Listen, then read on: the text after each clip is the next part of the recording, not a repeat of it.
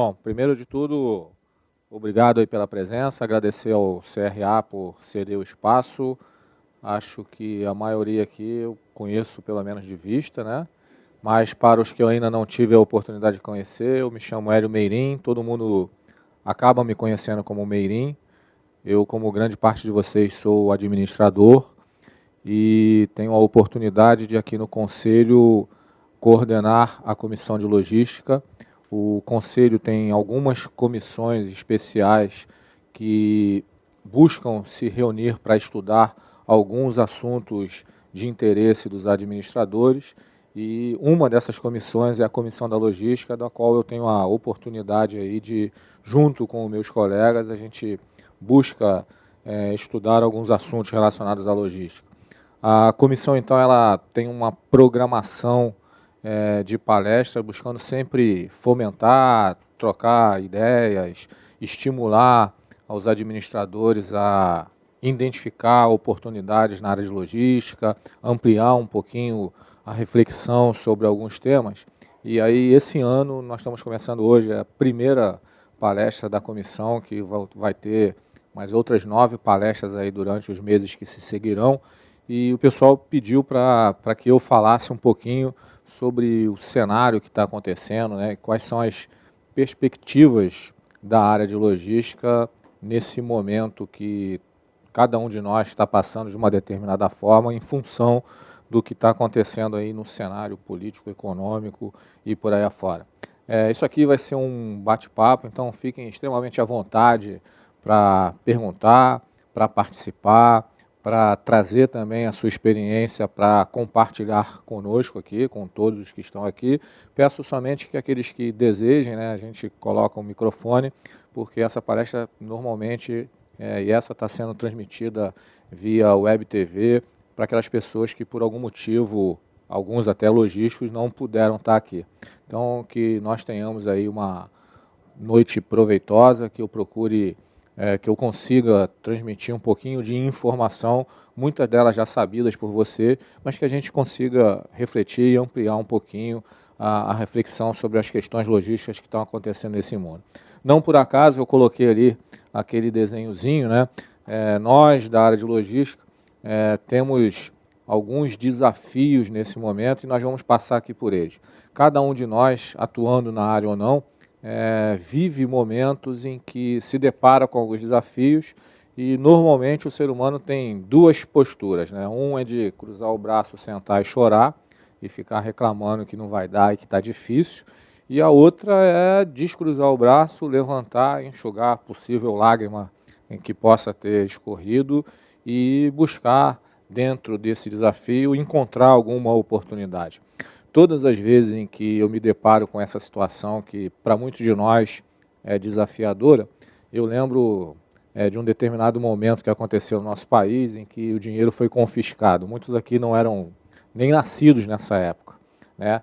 E por acaso eu estava em São Paulo, no dia seguinte em que a grana de todo mundo foi confiscada, eu estava preso no engarrafamento, numa daquelas marginais de São Paulo, e o táxi estava parado em frente a um outdoor gigante e tinha um pessoal colando um novo outdoor. E estava escrito assim: hoje no Brasil muitos choram. E era uma verdade. Teve muita gente que teve muita grana confiscada. E aí logo em seguida aparecia assim: que bom, nós venderemos mais lenços. Era uma empresa que fabricava lenço de papel. Falando, cara, já que existe esse desafio, vou tentar achar alguma oportunidade. Então, se eu pudesse dar uma dica para vocês, diante do desafio que cada um de nós tem, e guardadas as devidas proporções, uns mais leves, outros mais pesados, que cada um de nós procure não se abater ou não sentar no meio-fio e chorar, porque nem sempre essa é a forma de resolver.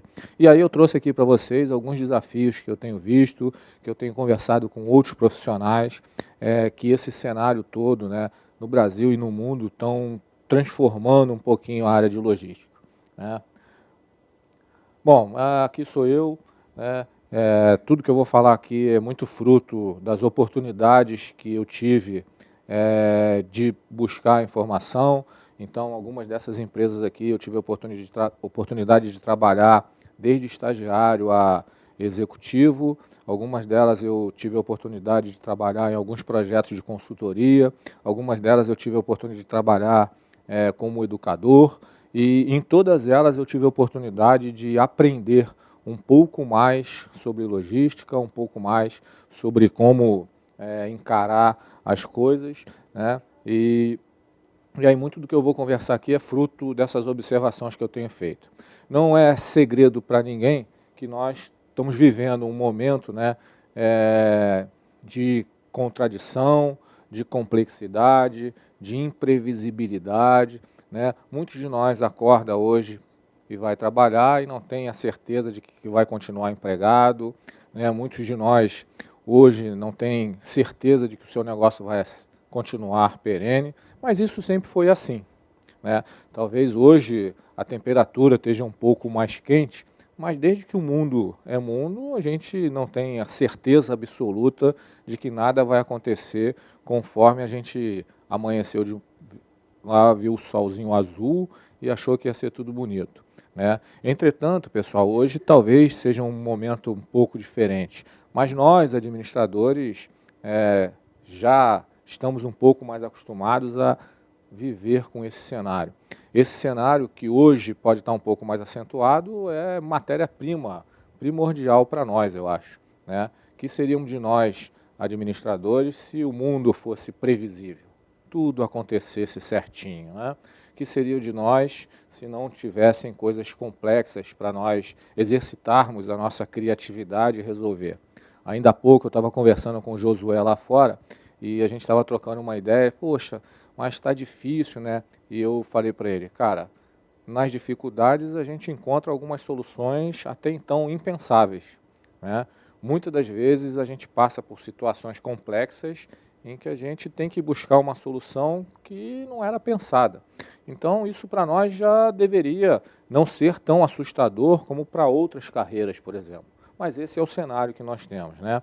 Constantes mudanças, contradições, complexidades, mudanças, as empresas tentando se rearrumar, uma série de estratégias tendo que ser mudadas, né? Nós estamos vendo aí no mercado, e a gente vai falar um pouquinho para frente, algumas empresas que anteriormente tinham lojas físicas optaram por se desfazer das suas lojas físicas e foram somente para lojas virtuais, por alguns motivos. Então isso está causando, né, algum desconforto para grande parte de nós profissionais, mas que esse desconforto tem que ser transformado em energia, em coisas que a gente fala, pô, que bom que agora eu vou ter que fazer algo diferente. A primeira desafio e a primeira coisa que nós de logística vamos ter que repensar, né, em relação ao planejamento da demanda, buscar informações sobre o que o mercado deseja de nós. Todos nós sabemos que a área de logística, ela busca otimizar lá os fluxos de produtos, informações e pessoas, e é extremamente demandada pela área comercial, pela força de vendas, né? Se não tiver movimentação de produtos, a área de logística ela acaba ficando minimizada. Então, algumas coisas que eu tenho visto acontecer que eu gostaria de compartilhar com vocês. A primeira delas é que, infelizmente, nós estamos acompanhando, né, uma queda do nível de emprego e de renda. Isso faz com que grande parte das indústrias elas acabem produzindo menos, né, porque se tem menos gente adquirindo produtos, a economia gira um pouco mais devagar, alguns segmentos sofrem menos, outros sofrem mais, mas um indicador que eu gosto muito de avaliar, além de todos os indicadores econômicos, né, que as instituições divulgam, é o indicador Shopping Center. O indicador Shopping Center, para mim, ele é assim, um termômetro muito bom de como é que está a coisa. Algumas vezes eu vou ao Shopping Center e fico olhando. Quantas pessoas estão dentro da loja? Poucas. Quantas pessoas estão circulando com uma bolsinha de algo que comprou? Poucas. E aí eu falo, poxa, realmente a situação está ficando um pouco mais apertada. Então isso vai gerar uma situação para a área de logística. A gente está tendo, para alguns produtos, uma retração de consumo um pouco maior, né? E aí? E aí profissional de logística vai sentar lá e vai ficar chorando? Não. O caminho, pessoal, um dos caminhos é começar a ser mais cuidadoso lá no planejamento de compras, mais cuidadoso no planejamento da capacidade fabril, mais cuidadoso nas negociações com fornecedores. Se o mercado está ficando mais apertado, vai demandar de nós, profissional de logística, também um pouco mais de planejamento, de assertividade. Mas a pergunta é, mas como é que eu vou acertar? Provavelmente essa resposta não tem como é que você vai acertar. No entanto, você vai ter que ser mais planejador, você vai ter que acompanhar mais as coisas, você vai ter que correr mais riscos de repente produzir mais ou menos. Então, uma das coisas que nós da área de logística vamos ter que estar mais atento ainda do que sempre fomos é com relação ao planejamento da demanda, acompanhar o que está acontecendo, vendo se as empresas vão lançar produtos substitutos similares, o que isso vai afetar na cadeia, porque se a gente ficar parado, a gente não vai conseguir pegar esse bonde da escola. Outra coisa que está acontecendo, pessoal, um dos segmentos que ainda demonstra que tem fôlego, né, é a questão das vendas pela internet. Esse é um segmento que ainda, né, mesmo tendo uma desaceleração, ele ainda continua, né, e isso gera também para nós alguns desafios. Cada vez mais a tendência é que vendas pela internet ganhem força, por alguns motivos óbvios, né? Manter uma loja aberta no shopping tem um custo de aluguel, de quantidade de funcionários, de uma série de fatores que manter uma loja na internet tem outros custos, mas que são inferiores, talvez, a esses custos fixos que tem. Então, nesse momento em que está todo mundo buscando alguma alternativa, um dos caminhos que as organizações estão encontrando vamos fortalecer a venda pela internet. Nós temos no mínimo 3 grandes organizações que do segundo semestre de 2015 até agora optaram por canalizar toda a sua parte comercial através da internet. Isso vai demandar de nós, de logística, né, algumas ações também. É diferente você operar na área de logística de uma loja física de uma loja virtual. Muitas das vezes o profissional de logística de uma loja física, ele consegue, né, ter uma previsibilidade maior, ele tem um horário diferente, ele tem uma área de abrangência diferente. Por exemplo, nós estamos aqui agora na Tijuca. Se você deseja comprar um ar-condicionado para a sua casa e você mora aqui na Tijuca, normalmente você vai numa loja física aqui ao redor. Você não vai sair daqui para Ipanema, só para comprar um ar-condicionado em Ipanema, porque ele vai ser mais fresquinho do que o da Tijuca. Ou você vai sair daqui para ir para Campo Grande para comprar um ar-condicionado que ele é mais quentinho, né? Quando você vai para o mundo virtual, independente de onde você esteja, você compra de qualquer lugar. Logo, o profissional de logística ele vai ter uma abrangência de atuação muito maior. Por exemplo, você está na sua aula, saiu 10 horas da noite, chegou em casa às 11h30, abriu o seu computador, viu uma promoção que chegou para você através de um e-mail ou através de uma campanha de marketing digital, entendeu que aquele preço era adequado, você foi lá, clicou e comprou, 11h30 da noite. Coisa que na loja física não era possível acontecer. Você, por exemplo, está lá em Quixeramobim, no Ceará, e você está tendo a mesma oportunidade de comprar numa loja que o cara que está aqui no Rio de Janeiro. Muitas lojas têm abrangência geográfica nacional. Então isso vai demandar também de nós, de logística, uma nova forma de atuação. Para nós que já trabalhávamos muito, né, passa agora a você trabalhar num regime de plantão muito interessante, né, que é o regime 7/24/366 nesse ano que é bissexto. Todo dia é dia. Não tem sábado, não tem feriado, né? E não sei se todos observam, mas algumas datas, né, festivas, como o Dia das Crianças, Natal, Dias das Mães, né? As vendas para a internet, elas dão um pulo, né? E aí você ainda tem um efeito de concentração, onde todos os consumidores desejam receber naquela mesma data. Ninguém aqui compra o presente, né? Todos aqui sabem que o Dia das Crianças vai ser no próximo dia 12 de outubro. Pô, nós estamos no dia 3 de março, olha quanto tempo tem. Mas quase todos nós vamos comprar o presente quando? Lá no dia 5 de outubro, quando sai o salário. E aí 5, 6, 7 já chegou a 12, né? Todos sabemos que o Dia das Mães acontece quando? Segundo domingo de maio. Mas, como a grana está curta, a gente deixa para comprar bem pertinho lá. E o cara de logística lá de uma loja de e-commerce recebe aquele batalhão de pedidos para uma entrega concentrada. Todos nós sabemos que todo ano o Natal acontece no dia 24 para 25 de dezembro. Mas, como a gente fica esperando o 13º, a gente espera um pouquinho para lá, né? A única data que o profissional de logística que trabalha no e-commerce não reclama é Dia dos Pais. Eu não sei porque ninguém gosta muito de dar presente para o Dia dos Pais. Eu, por exemplo, falo para o meu filho, cara, você tem que me dar presente porque um dia você vai ser pai. E normalmente, né, presente para a mãe já fala logo assim, não me dá coisa para a cozinha, né? Pelo menos a minha mãe sempre fala, se me der panela, eu acerto a sua cabeça com ela. Mas aí no pai o pessoal vem com meia, com aqueles negócios, né? Eu falo com meu filho, filho, capricha, fala em iPad, fala em relógio Rolex, uma coisa assim que realmente eu lembre, né?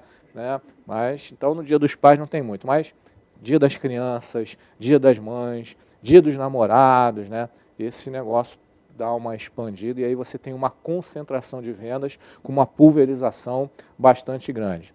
Entretanto, pessoal, para sobreviver nesse mundo da internet, tanto a área de tecnologia da organização como a área de logística vai precisar estar mais atenta.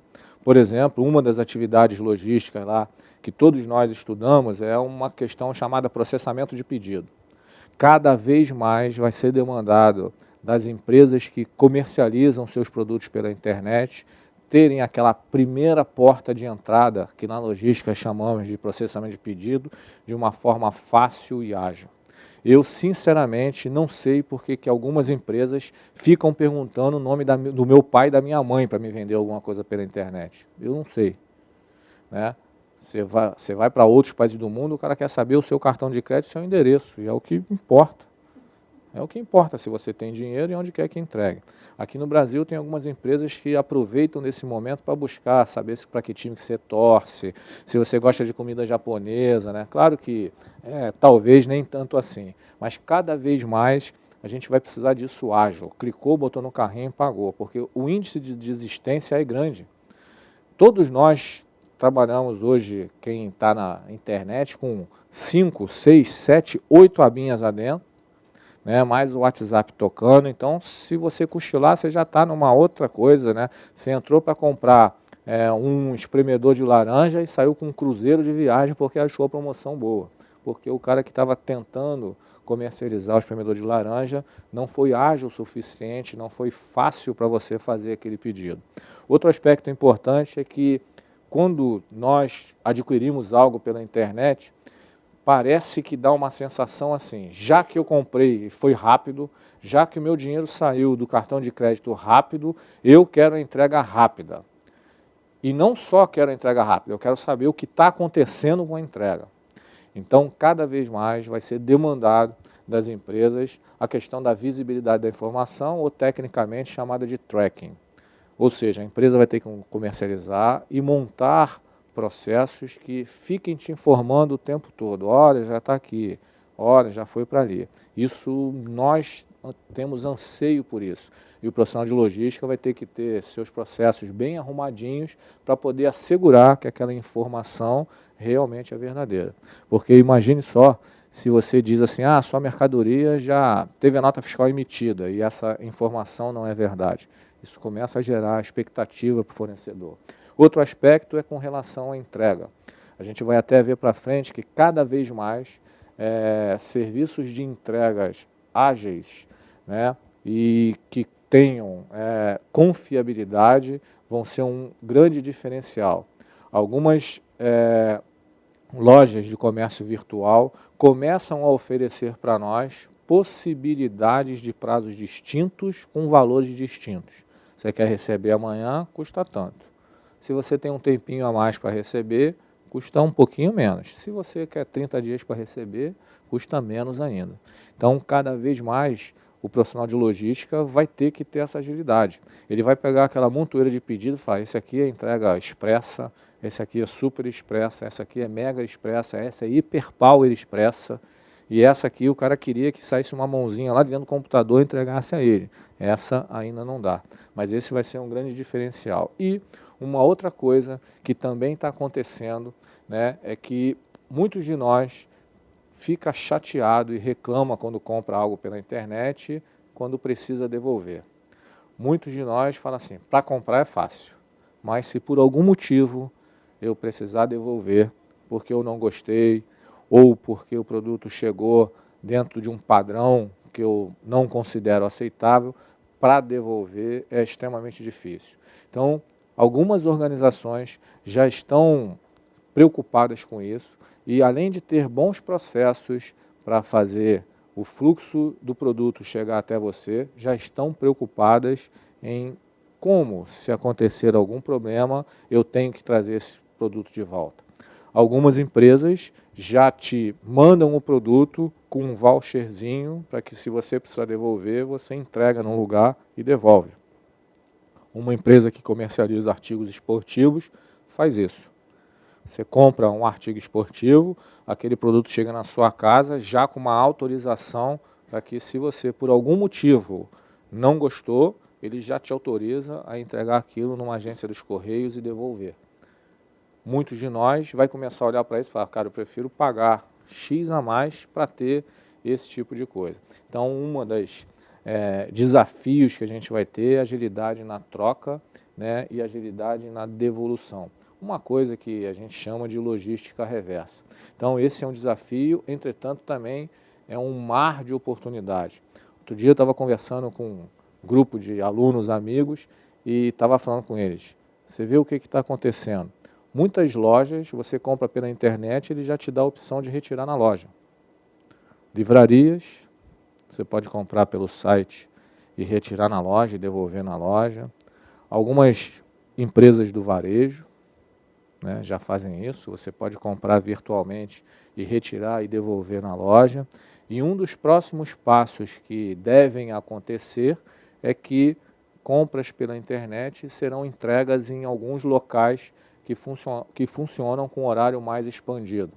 Por exemplo, não me surpreenderia se daqui a algum tempo, né, conversei com o pessoal, que eu não sei se vai ser amanhã, no mês que vem, no ano que vem ou daqui a alguns anos, quando você fizer uma compra, por exemplo, eu quero comprar um laser point, né, acho legal, um laser point, bacaninha, para ficar fazendo minhoquinha, e aí você comprou pela internet, só que você não quer que o seu porteiro receba, você quer receber.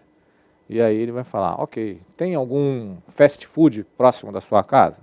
Tem. Ele funciona até meia-noite? Funciona. Vai ter um armário lá, a empresa vai colocar o seu laser point lá no armário e vai te dizer, ó, sua encomenda está no armário 25, a senha é ABCD, vá lá e retire.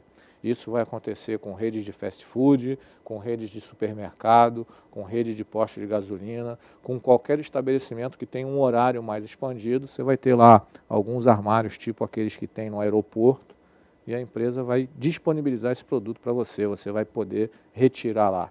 Esse é um avanço logístico, porque eu comentava ainda essa semana que talvez o maior desafio para nós de logística é conseguir entregar o negócio no momento certo.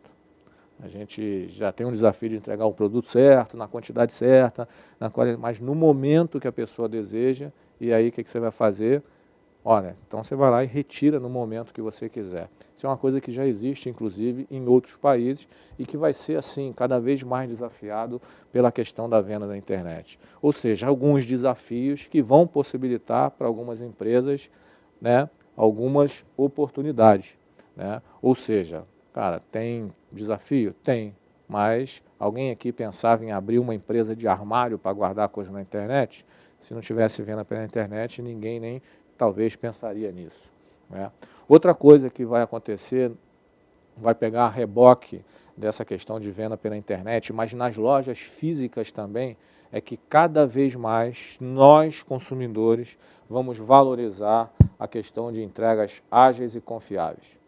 Pessoal, como existe escassez de recurso, né, nós vamos ser mais exigentes. Quando você consegue juntar grana para adquirir algo, você, né, vai estar na frente do negócio. Você vai ter ainda mais importância. É só você ver hoje, quando você entra numa loja, né, tem uma quantidade imensa de vendedores disponíveis para te atender. E aí você vai ser mais exigente e, além dos atributos todos comerciais que nós já fazemos constantemente, de avaliar qualidade, preço, condição de pagamento, a gente vai continuar sendo mais exigente do que da agilidade da entrega. Isso hoje já acontece, né, em lojas físicas e em lojas virtuais. Quantos de nós não tomou a decisão de adquirir algo, juntou lá os recursos financeiros necessários para adquirir algo, quando foi lá fechar a compra, perguntou, quanto tempo para entregar? O cara fala, 1 semana. Você fala, não, 1 semana não. E aí você tem um outro lugar que te entrega em 4 dias, em 3 dias. Logo, pessoal, essa atividade relacionada à distribuição, a fazer entregas mais ágeis e confiáveis, cada vez vai ganhar mais importância. Hoje, quando nós tomamos a decisão de pesquisar um produto na internet, a diferença de preço ela é muito quase imperceptível. Dependendo do produto, né, os preços são muito próximos, até porque todos nós sabemos que os maiores players, ou seja, os maiores negócios de internet, hoje são concentrados num pequeno número de empresas. Mesmo parecendo que são muitas empresas, no fundo do fundo, não são muitas empresas. Para quem aí é curioso, é só você fazer pesquisa em algumas empresas, você vai ver que o preço é exatamente igual no centavo, né? Isso não é coincidência. E aí o que vai diferenciar é a questão relacionada à entrega. Mas eu até coloquei ali, pessoal, não é só a questão da agilidade, é a questão da confiabilidade. Não adianta uma vez o cara entregar rápido e na outra ele não entregar. O que cada vez mais vai ser valorizado e solicitado para a área de logística e para a nossa profissão é que, cara, você tem que ser confiável. Disse que vai entregar no dia 3, entrega no dia 3. Eu costumo também brincar com o pessoal que imagine só, você ia fazer uma festa surpresa para sua mãe. Sua mãe estava fazendo aniversário, você ia fazer uma festa surpresa. Você, como é uma pessoa tecnológica, contratou bolo de aniversário, salgadinho, né, banda de música, tudo pela internet. Falou, olha, você chega lá no dia 3 de março, às 21 horas. E aí o fornecedor chegou no dia 2 de março. É bom isso? Horrível.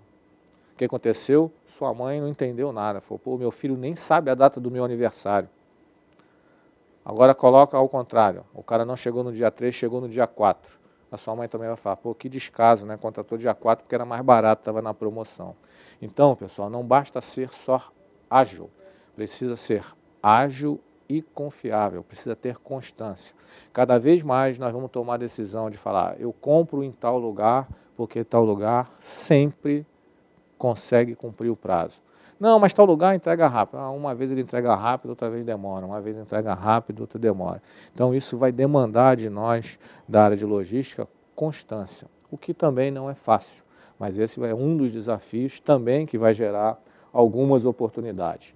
Outra coisa que está acontecendo, pessoal, cada vez mais, como os recursos estão ficando escassos, como o poder da demanda está diminuindo, as empresas começam a olhar para os seus estoques.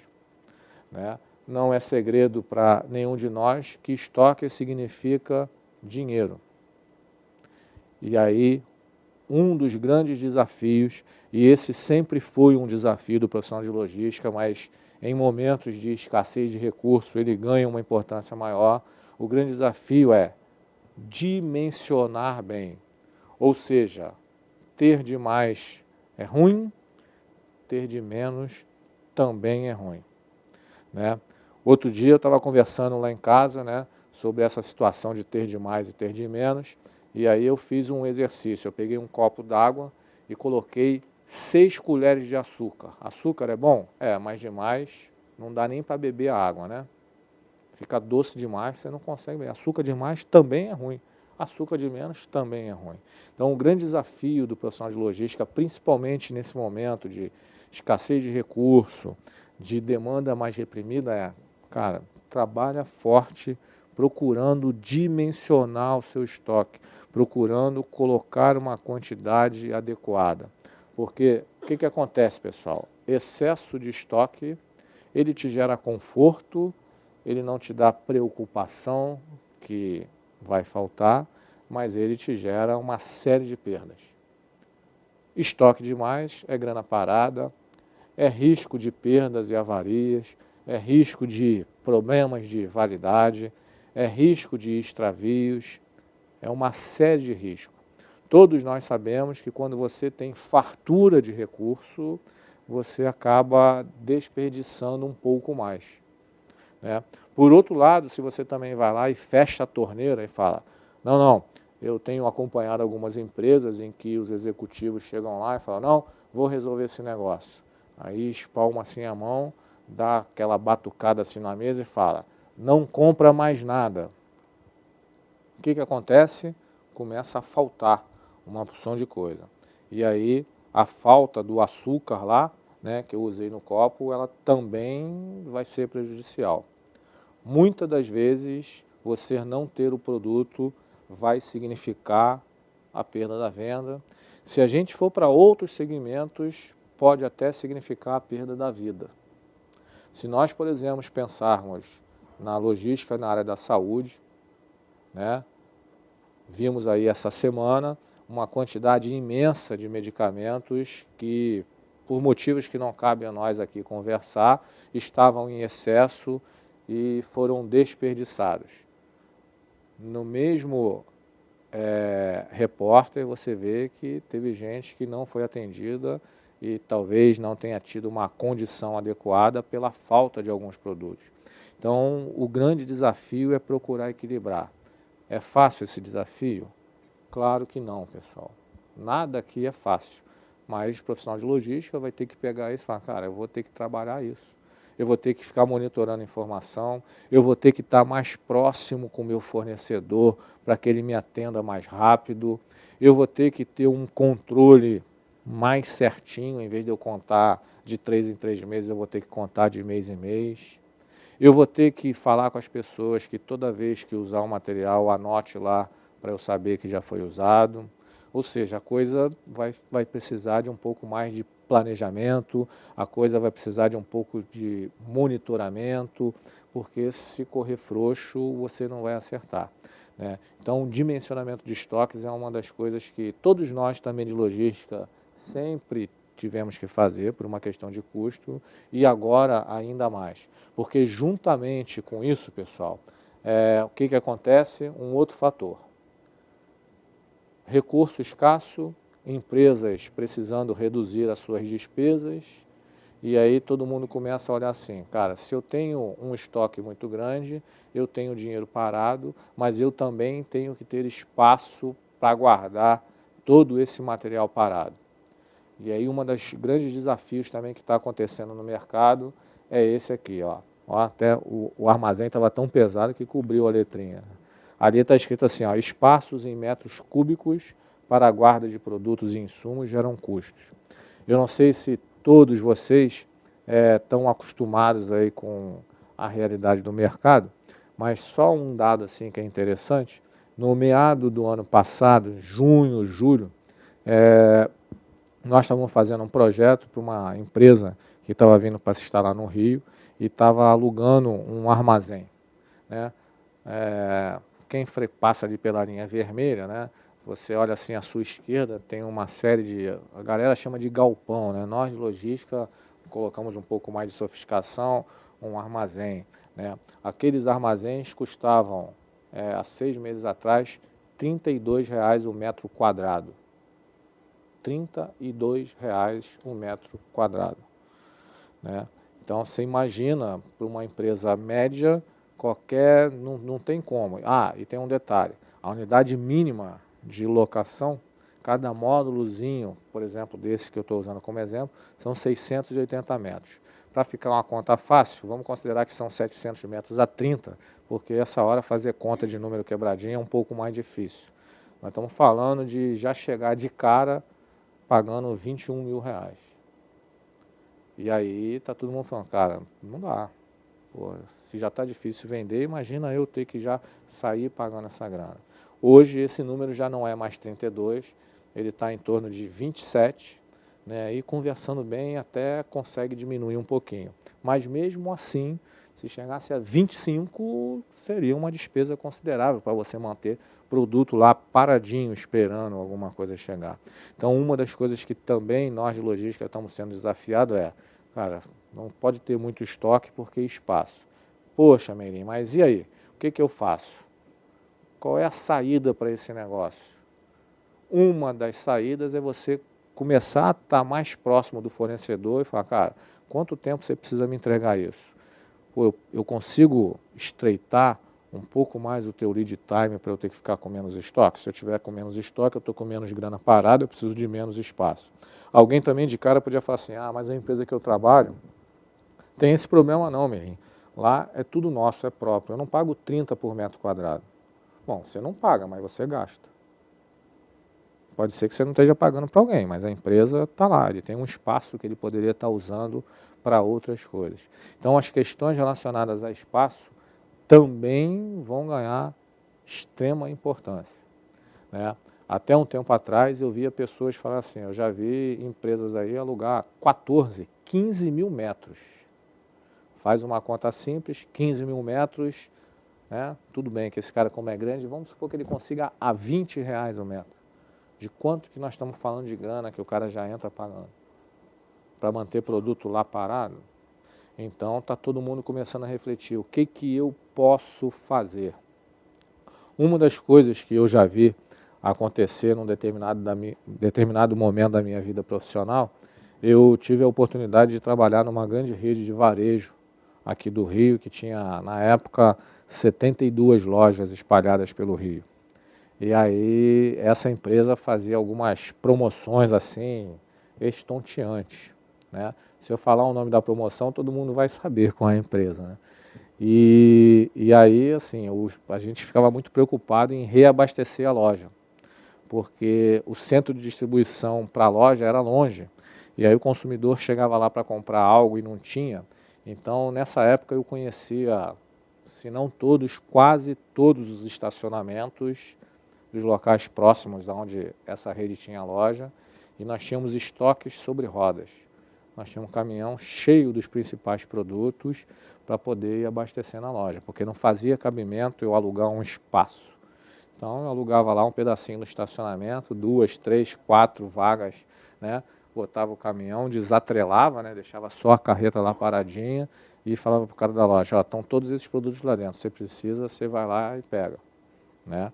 Porque não dava para eu alugar vários lugarzinhos para ficar guardando produtos só para aquele momento da promoção, só para aquele final de semana. Então, de novo, pessoal, às vezes o desafio te obriga a ser criativo, ser ousado. Muitas das vezes deu problema, deu, mas acho que deu mais certo do que errado. Então, nessa questão de espaço, eu tenho visto aí algumas soluções extremamente criativas. Semana passada, uma pessoa chamou a gente para conversar e ele tem um espaço ocioso dentro da fábrica dele. Como caiu o volume, ele está produzindo menos, se está produzindo menos, ele tem menos coisa. E ele falou, Meirinho, sei que tem bastante contato por aí, conhece muita gente, se alguém tiver precisando de um espaço, eu faço um ratatá aqui, eu empresto um pedaço do espaço. Pô, que legal, o cara está vendo, ele está buscando outra alternativa. Ele vai ceder um espaço da fábrica dele que ele não está usando para outro alguém. Pô, que bom, né? Muitas empresas estão buscando alternativas, né? E é esse, acho que é o nosso papel, buscar essas saídas. Se ficar sentado falando, tá 25 reais o metro quadrado, tem que cair, é uma solução. Vai cair? Acho que vai. Mas talvez não caia na velocidade que você precise para manter o negócio. Então você vai ter que buscar outras alternativas. Por exemplo, imagine só se uma indústria de refrigerante armazenasse aquela montoeira de garrafas PET vazia. Se ela tivesse um espaço lá para guardar a garrafinha vazia para encher. Alguém olhou e falou, cara, não dá para eu ficar tendo espaço para guardar garrafa vazia PET aqui. Né? Não sei se todos sabem, garrafa PET não chega na fábrica daquele tamanho. Ela chega num negocinho desse tamanho assim, parece um tubo de ensaio. Até algumas pessoas usam como guardador de tempero. Ela tem o gargalo da garrafa com a tampinha e um tubo de ensaio. Chega daquele tamaninho e chega lá, o cara transforma aquele negócio, aquece, sopra, faz algum processo. Por quê? Porque para os caras é importante espaço. Ele não quer ter espaço lá para guardar coisas. Então, esse é um grande desafio e vai demandar criatividade. Com a consequente redução de estoque, a gente vai talvez conseguir otimização de espaço. Algumas empresas também estão enxergando nisso algumas oportunidades.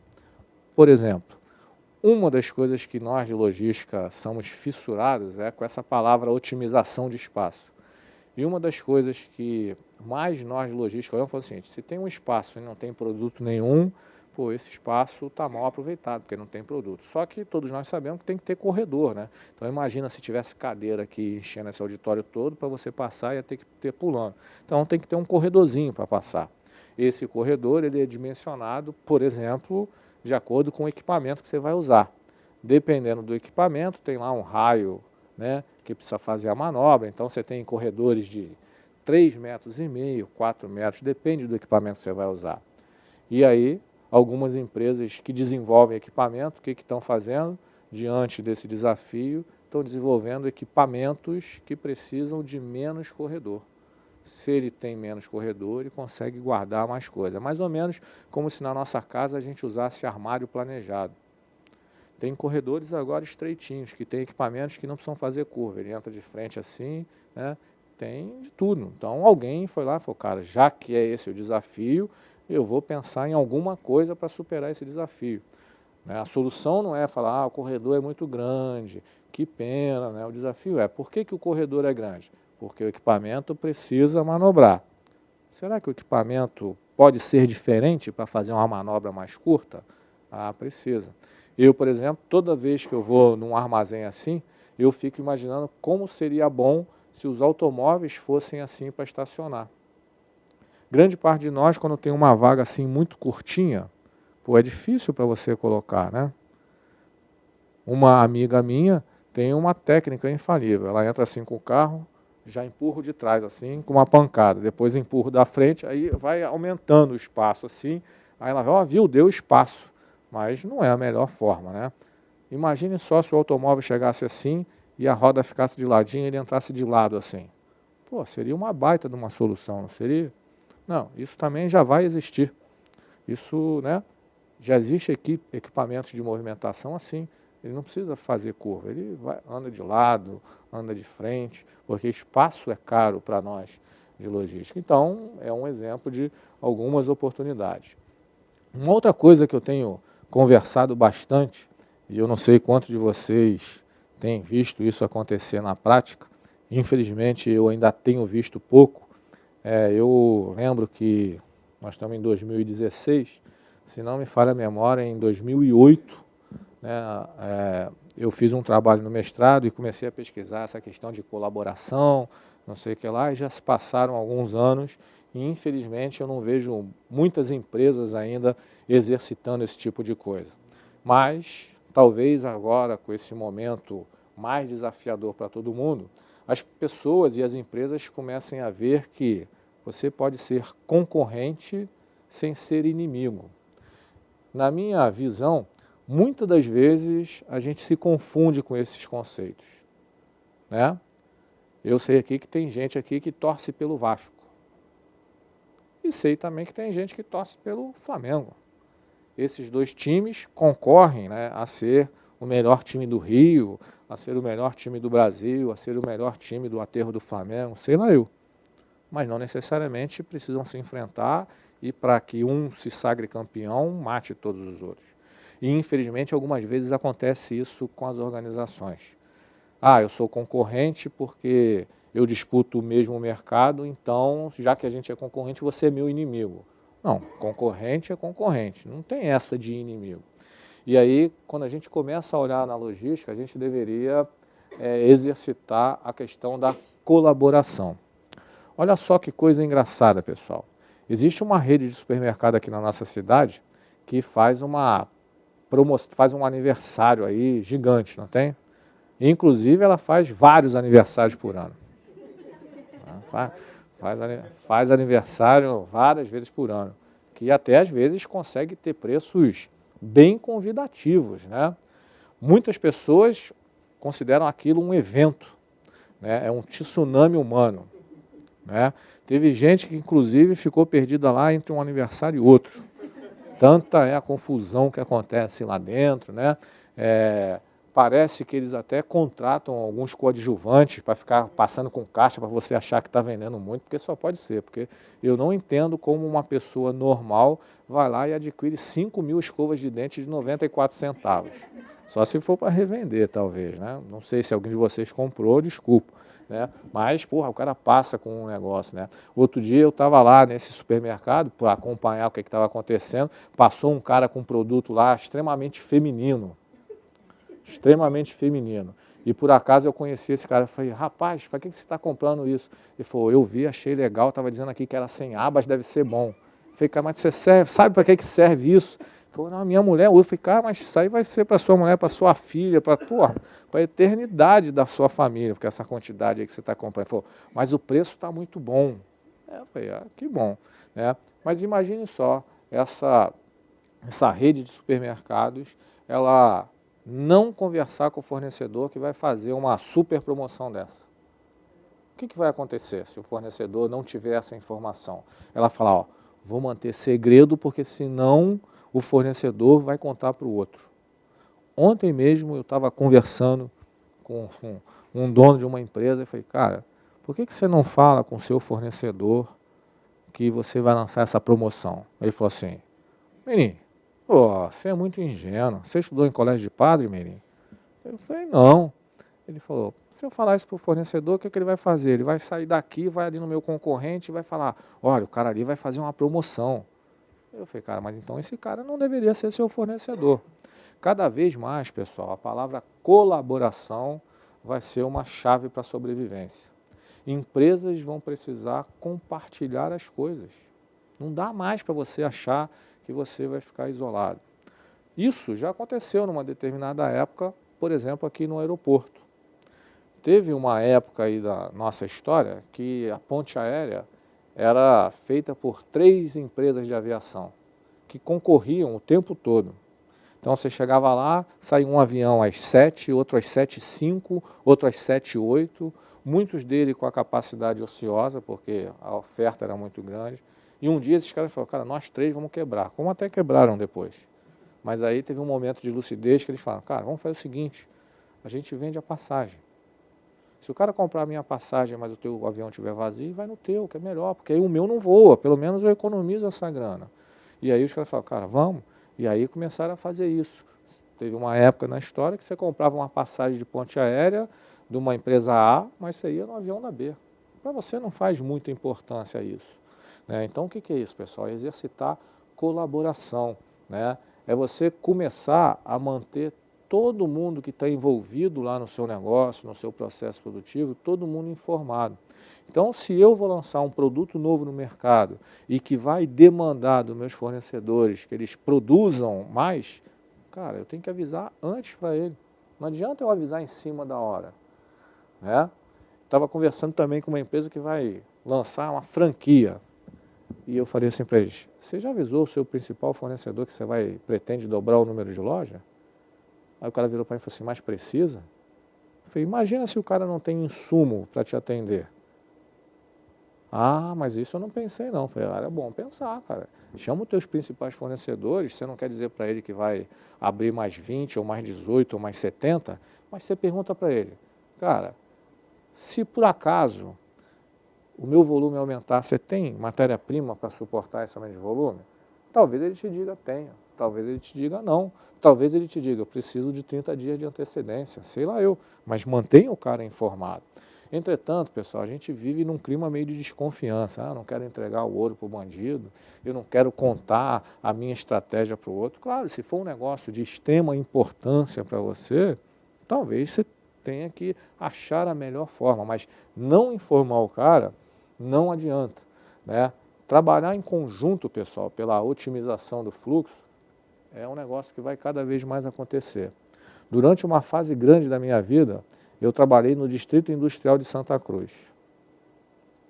Alguém manja onde é Santa Cruz? Ó, trabalha longe pra caramba, né? Lá onde o diabo perdeu as botas.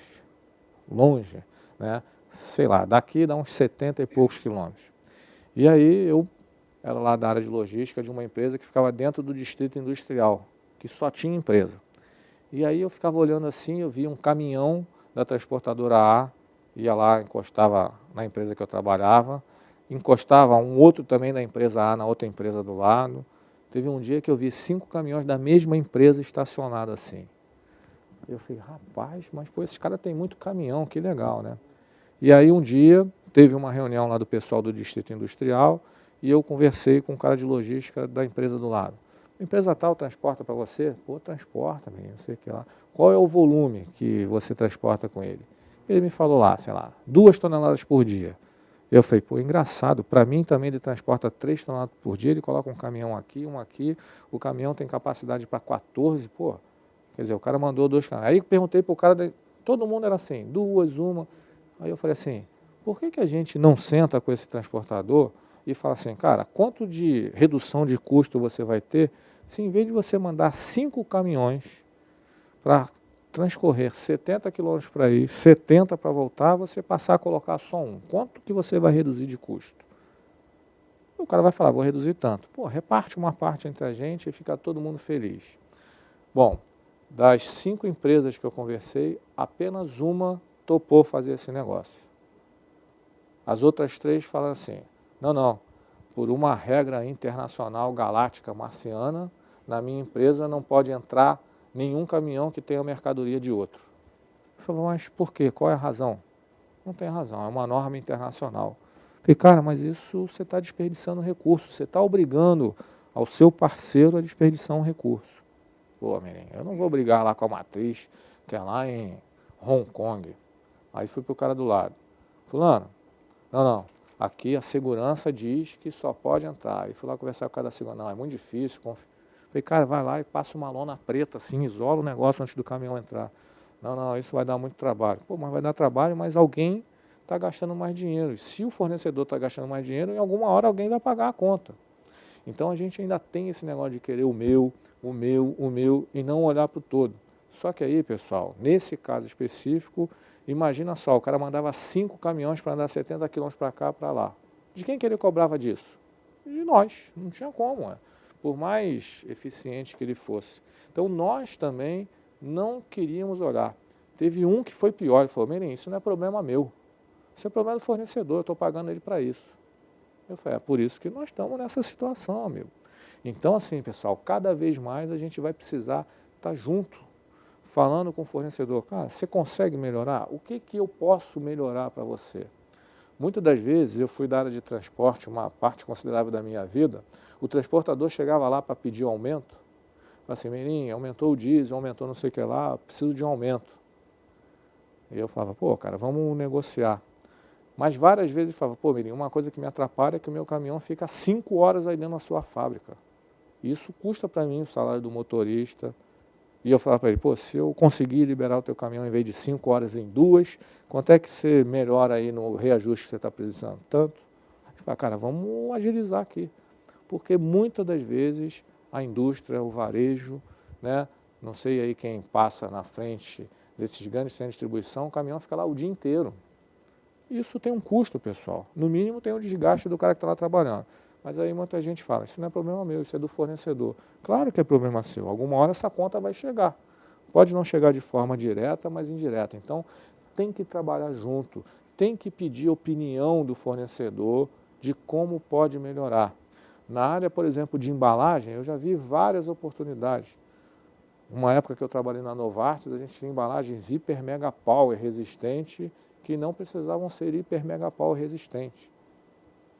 Num momento desse de aperto, todo mundo falou, cara, precisamos melhorar, precisamos reduzir o custo. Chama o fornecedor aqui.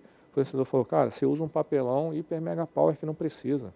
Você podia usar um papelão só hiper power, não precisava ser mega. Ele é mais barato para você. Se eu não tivesse conversado com o fornecedor, eu ia descobrir isso sozinho? Não, ou então ia fazer essas barberagens que tem por aí, né? Vamos desligar, tem 2 lâmpadas aqui, desliga uma. Vamos cortar o cafezinho, vamos, né? Então, pessoal, tem que trabalhar junto com o fornecedor. O fornecedor não é teu inimigo. Não deveria ser, né? Então, é o que a gente chama aí de logística colaborativa. Tem que conversar. Chama o cara para o seu lado e fala, cara, olha só. Por exemplo, você vai fechar uma fábrica. Por algum motivo, vai fechar uma fábrica.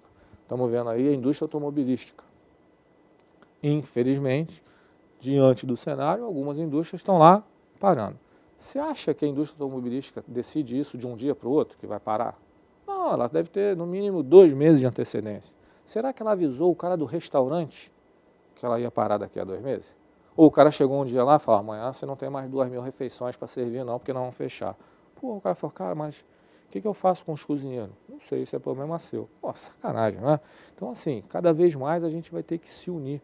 Porque se o cara do restaurante passar aperto, ele vai cobrar de alguém também. Pode não ser de você, mas de alguém. Então, isso é o que a gente chama de logística colaborativa. Infelizmente, eu confesso a vocês que eu tenho alguns anos na área de logística. Alguns mais de 20. Né? Isso é difícil, pessoal.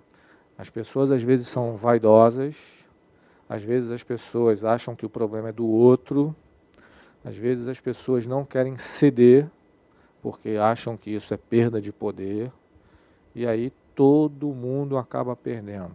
Né? O mundo é redondo, você acha que ganhou aqui, mas lá na frente vai perder. Então a gente vai precisar exercitar. Por que eu estou falando isso? Porque eu tenho visto que como a coisa está ficando mais apertada, está todo mundo falando, cara, esse é o caminho? Pô, vou tentar, porque do jeito que está não dá, vou tentar. Vou, né? Por exemplo, vocês têm visto aí compras coletivas. Redes de drogarias, redes de supermercado que estão se unindo para comprar junto. Até então eram concorrentes, não eram? Drogaria A era concorrente da B e da C. Estão se unindo, criando uma rede, mantendo o mesmo nomezinho lá, mas formando uma rede para comprar. Para chegar lá para o fornecedor e falar, cara, você consegue otimizar isso aqui? Então, nós vamos ter que exercitar isso.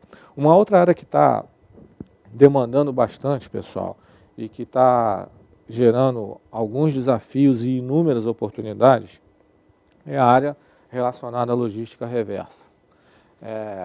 Essa área vem ganhando relevância, né, e basicamente, pelo que eu tenho percebido, né, ela vem ganhando relevância por alguns fatores. Um deles é o fator bonito, que é a conscientização ambiental. Então, cada um de nós, ao seu tempo, está ficando mais consciente, né, de que precisa reutilizar as coisas, que precisa ser uma pessoa com um nível de consciência ecológica diferente, né? Isso tudo é muito bacana.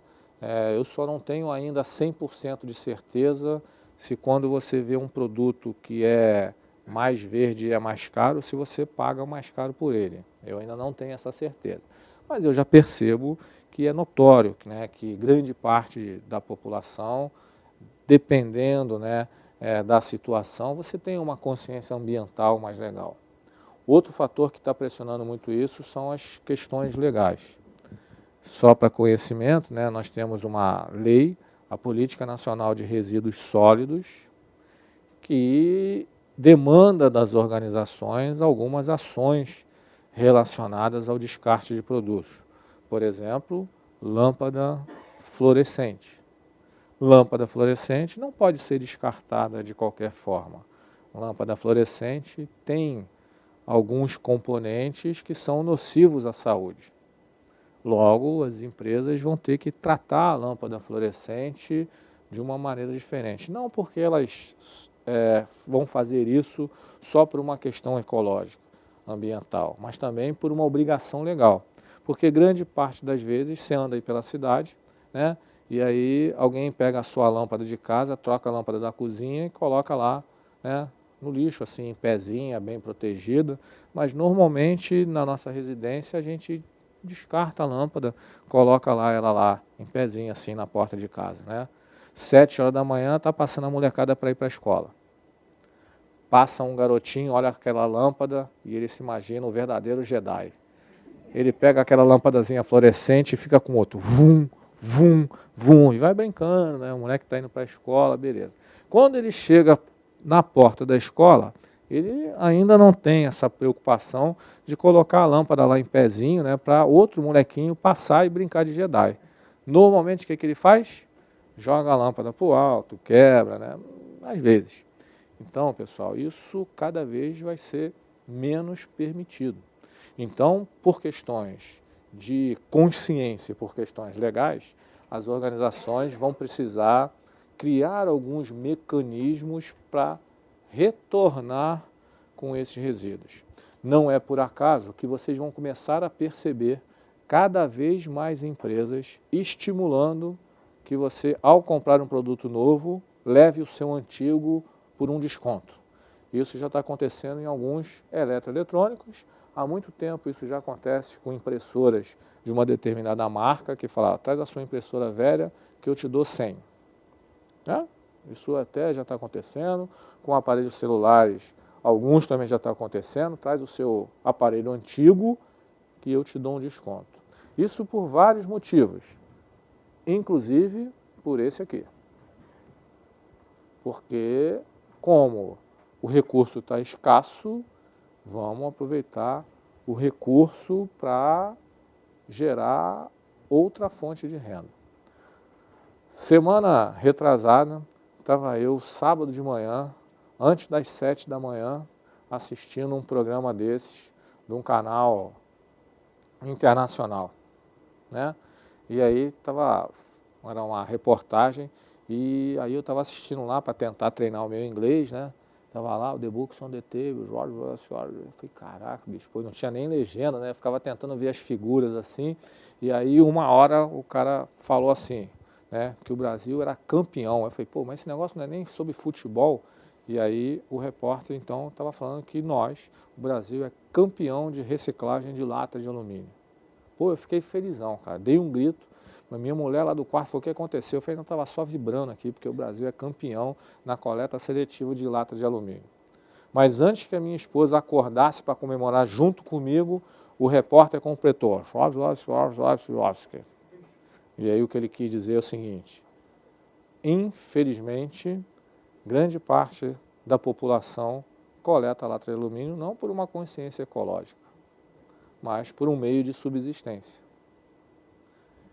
Pô, e aí eu falei, né, fazer o quê, né? Mas isso é o que está acontecendo.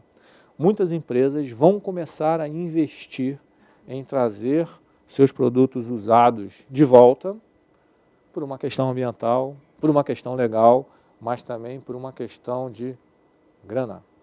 Esse negócio vai gerar dinheiro. Ou o cara vai deixar de ter que comprar alguma coisa para usar aquele que já viu. É só vocês começarem a olhar nos mercados a quantidade de produtos que agora você só compra o refil. É só você olhar para isso. É o sabonete líquido que você só compra o refil, é o perfume que você só compra o refil, é o desinfetante lá que você só compra o refil. Você pode até comprar a embalagem, perfeito, mas você também tem a opção de comprar um refil. Ou seja, a empresa falou, cara, não dá para eu ficar dando embalagem toda hora, vamos tentar ver. Você vai ver que o celular ele não vai mais te vender com o carregador, né? Porque carregador custa dinheiro e carregador ninguém joga fora. O carregador, o primeiro passo já foi dado, que é padronização. Todos os carregadores de celulares vão ser iguais, talvez exceto uma determinada marca que se considera elite e por um tempo ainda vai continuar assim. Mas todos os outros agora são. Não era incomum você chegar na casa da sua avó, né? Porque a avó que gosta de guardar muita coisa, né? Você chega lá e fala assim, tem um celular de marca tal? Ela ia lá numa caixa de sapato, tinha 48 carregadores? Tem. Tem de não sei o que lá, X? Tem tudo, né?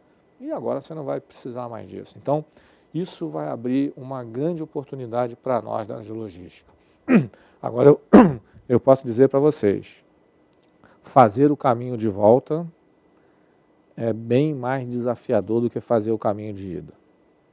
Você entregar um produto novinho para o cliente tem um desafio X. Você trazer um produto de volta da casa do cliente para a sua empresa tem um desafio X mais abecedário inteiro.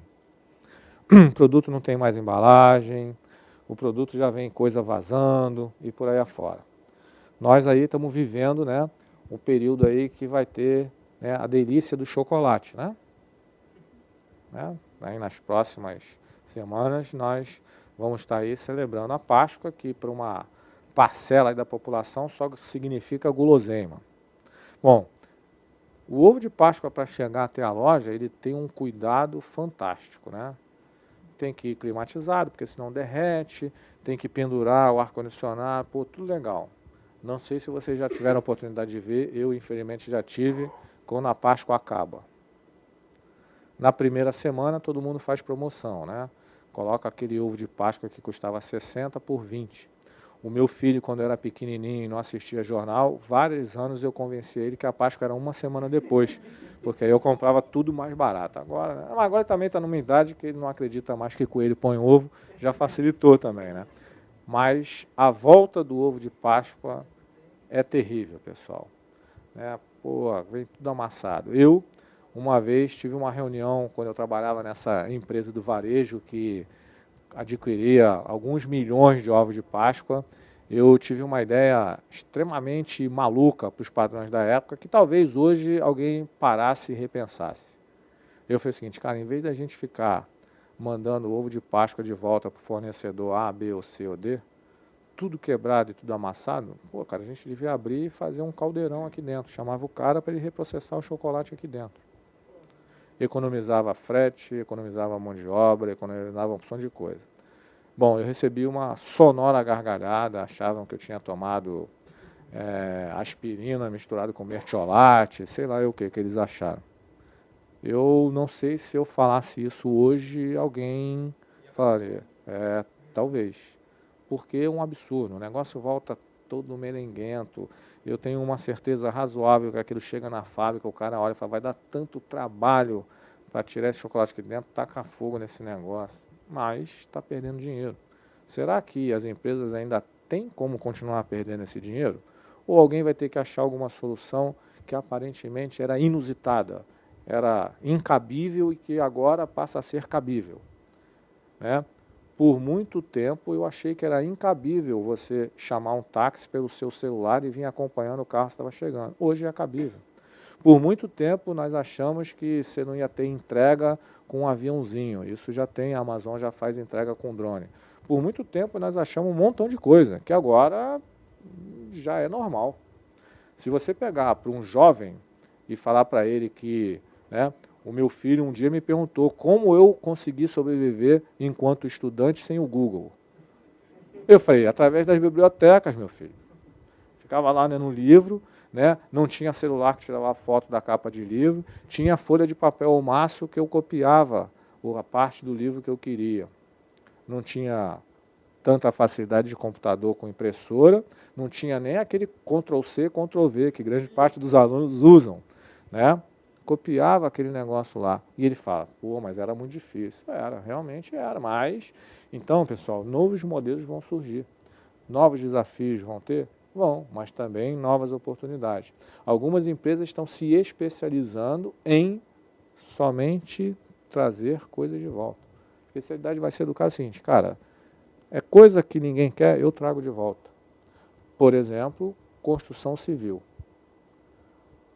Na nossa cidade, uma das coisas que eu considero que funciona muito bem, tem várias coisas que funcionam muito bem, mas uma das que eu considero muito bem, alguém normalmente fez obra em casa? Você faz obra em casa e fica aquele entulho. Um pedacinho do azulejo, né, aquele negócio que você fez, né, porque sempre você está fazendo alguma coisa em casa.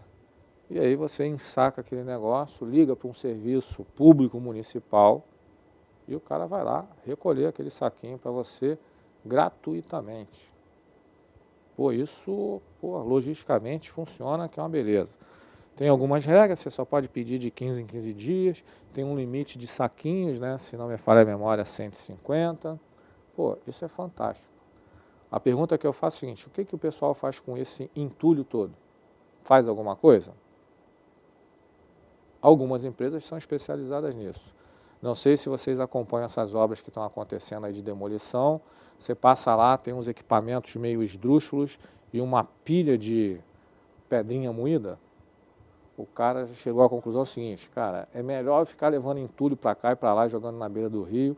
Eu transformo aqui mesmo e já eu uso isso como parte do cimento para a construção que está sendo feita.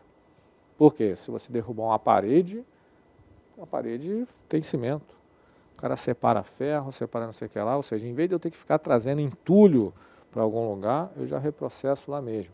Que foi a ideia que eu tive lá para o chocolate, que não foi aceita. Vai que alguém aí está ouvindo a gente e me contrata para eu lá levar essa ideia, né? Tá legal. Outra coisa, pessoal, desafio grande que nós temos com relação à infraestrutura.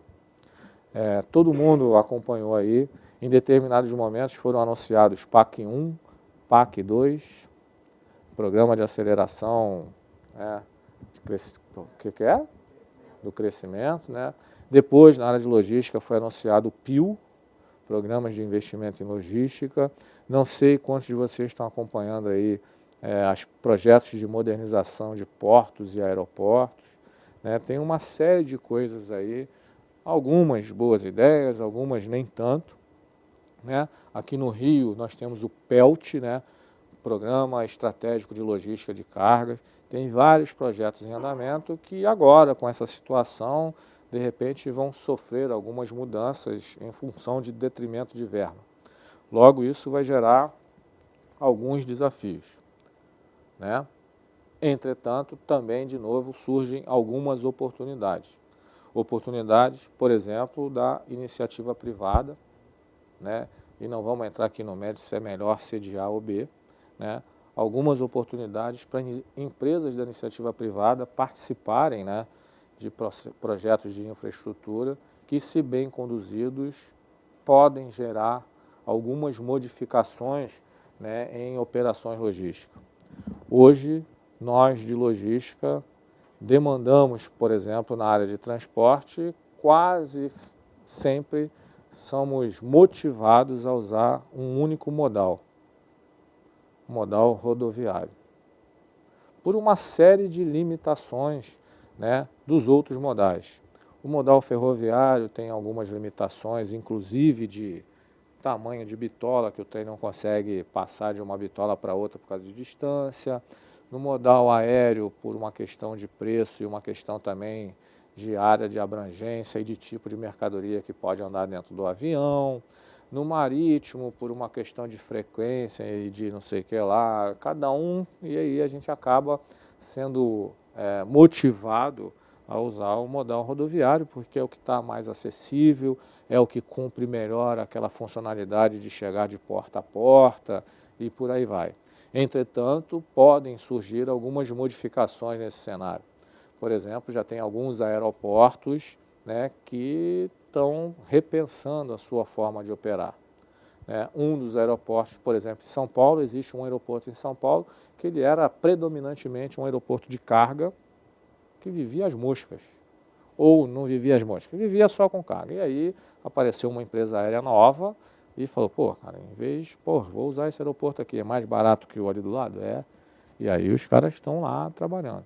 Então, nessa questão de infraestrutura, vão aparecer, de repente, algumas opções diferentes das que estão existindo hoje, né? De repente, aparece alguém aí e repensa alguma coisa ou inventa alguma coisa em termos de infraestrutura. Infelizmente, eu me atrevo a antecipar uma notícia que vai sair no Jornal Nacional em algum momento desse ano. Não que eu seja vidente, não que eu seja muito inteligente, mas é meio que carta marcada. Por exemplo, todos os anos a gente ouve, né, aquela notícia no Jornal Nacional. A fila de caminhões no Porto de Santo ultrapassa não sei quantos quilômetros. Os caminhoneiros já estão aqui há 15 dias sem tomar banho, sem fazer xixi, sem não sei o quê. Ah, não sei o que lá, o engarrafamento na cidade. Ah, não sei o que lá. Então, esse ano vai acontecer de novo, porque não mudou nada, né? A soja está lá no Mato Grosso, o porto está em Santos e esse negócio só chega de um caminho, de caminhão, desde sempre. Se não mudar isso, a culpa não é do caminhão, a culpa não é do porto, a culpa não é do cara que planta a soja. Talvez o grande desafio seja qual é a melhor forma de ligar esses dois pontos. Não dá para fazer um porto no Mato Grosso, não dá. Não dá para plantar soja em Santos, talvez também não dê. O que eu tenho que fazer para ligar, né, quem produz com quem exporta, né? E aí todo mundo sabe que estacionamento de shopping é muito caro, mas estacionamento de navio no porto é muito mais caro. E aí os caras ficam brigando quanto tempo, não sei o que lá. Então, a infraestrutura é um grande desafio. Nós, na nossa cidade, estamos vivendo isso, né, obras aí relacionadas à infraestrutura. Eu não sei quantos de vocês acompanham o que é fazer uma distribuição urbana na nossa cidade, áreas de restrição, lugares em que caminhões não podem circular por uma questão de restrição, que tem aspectos positivos, aspectos não tão positivos, né, mas que acabam gerando um desafio maior, né? Qual é o caminho que todo mundo vai seguir? De novo, vai ter que achar alguma solução. Não adianta você falar, não dá, não sei o que lá. Empresas que faziam 30, 35 entregas por dia no Rio de Janeiro passaram a fazer 18, 20. É o motorista que está comendo mosca? Pode ser, mas é só a gente ver por nós. O trânsito está ficando mais denso, mais pesado, tem áreas em que o caminhão não pode mais circular, e aí está ficando mais difícil essa questão aí em relação a isso. Puxando esse tópico ainda, um dos desafios logísticos aí que nós estamos vivendo, saindo um pouco do transporte de carga, mas que as empresas também já estão percebendo, são questões relacionadas à mobilidade urbana. Assim como na questão da logística reversa, pode ser que muita gente pense assim, a questão da mobilidade urbana é bacana porque está todo mundo preocupado com a qualidade de vida da pessoa, que está muito tempo preso no trânsito, né? Isso também. Mas eu tenho percebido que existe cada vez mais um anseio de nós, sociedade, por ter uma movimentação mais fluida, né? Que você consiga se deslocar de uma maneira melhor, mais rápida e mais confortável, mas também tem um anseio do poder público e também tem um anseio das organizações. Pessoal, tem muita empresa que está perdendo funcionário porque o cara mora muito longe, ele não consegue chegar. E o cara é bom, mas ele mora longe, aí ele é mandado embora porque ele chega atrasado. Tem muita gente que está optando não trabalhar porque gasta 6 horas para ir para voltar para trabalhar. Pô, como é que faz? Demora 6 horas para te deslocar, trabalhar 8. Alguém que acha que isso não é verdade, faça o seguinte exemplo. Chegue lá no aeroporto Santos Dumont às 18h30 e tente pegar um táxi para Barra. E você vai ver quantos taxistas vão rir para você. Porque o cara vai fazer uma conta. Ele falou, cara, eu vou para Barra, vou sair daqui às 6, vou chegar lá às, 8h30.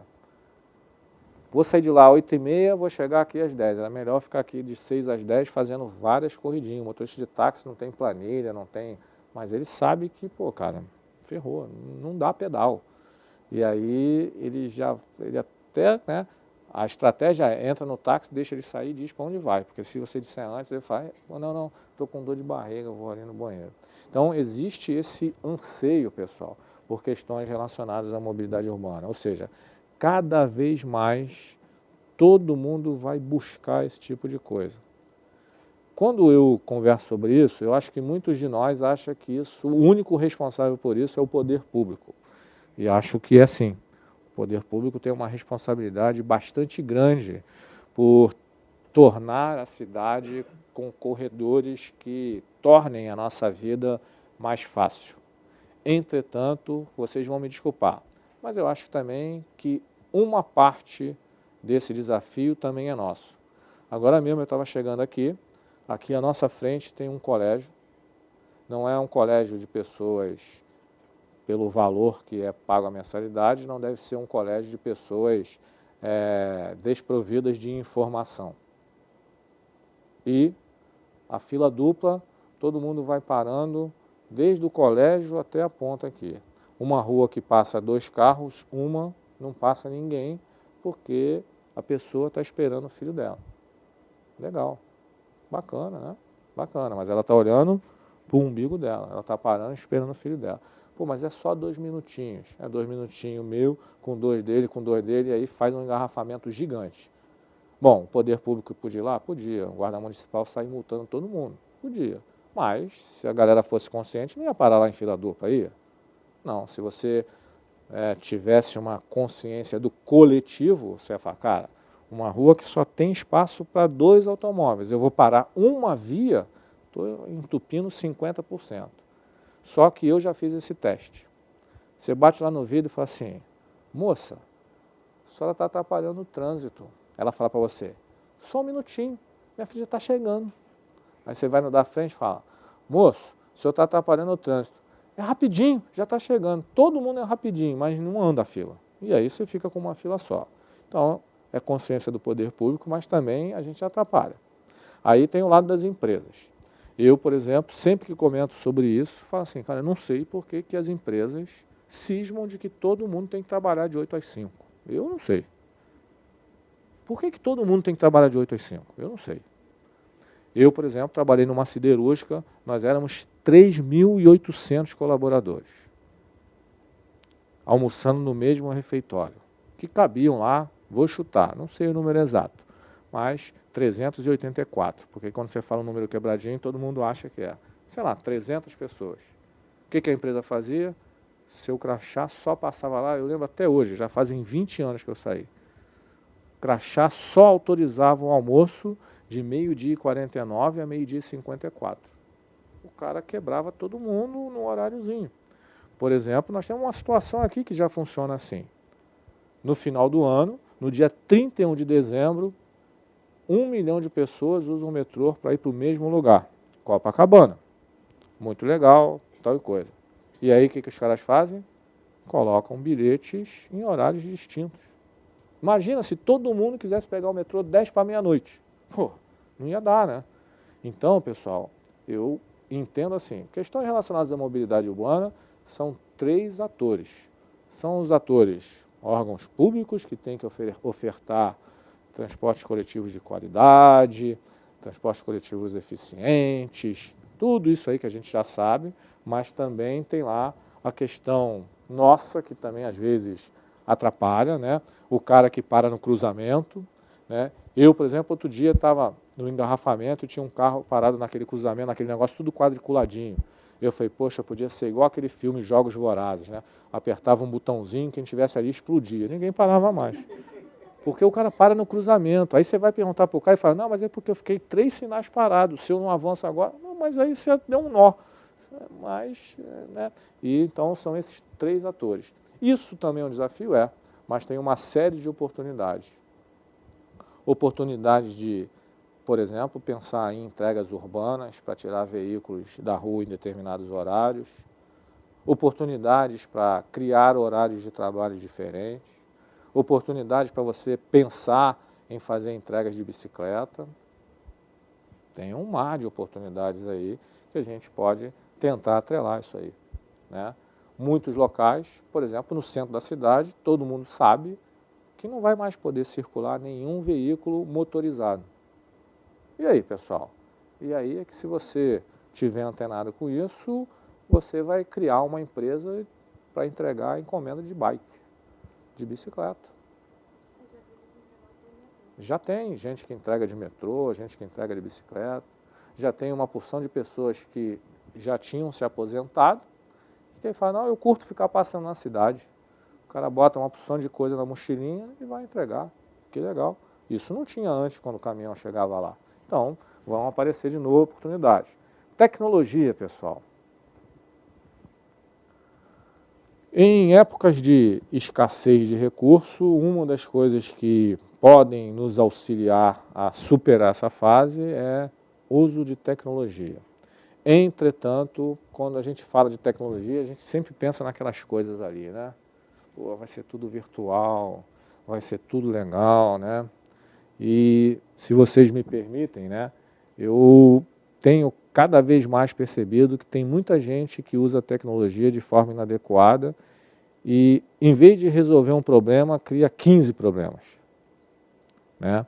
Eu vi uma situação que um grande empresário pegou para todos os seus entregadores e deu um celular hiper mega power touch para o cara digitar a entrega.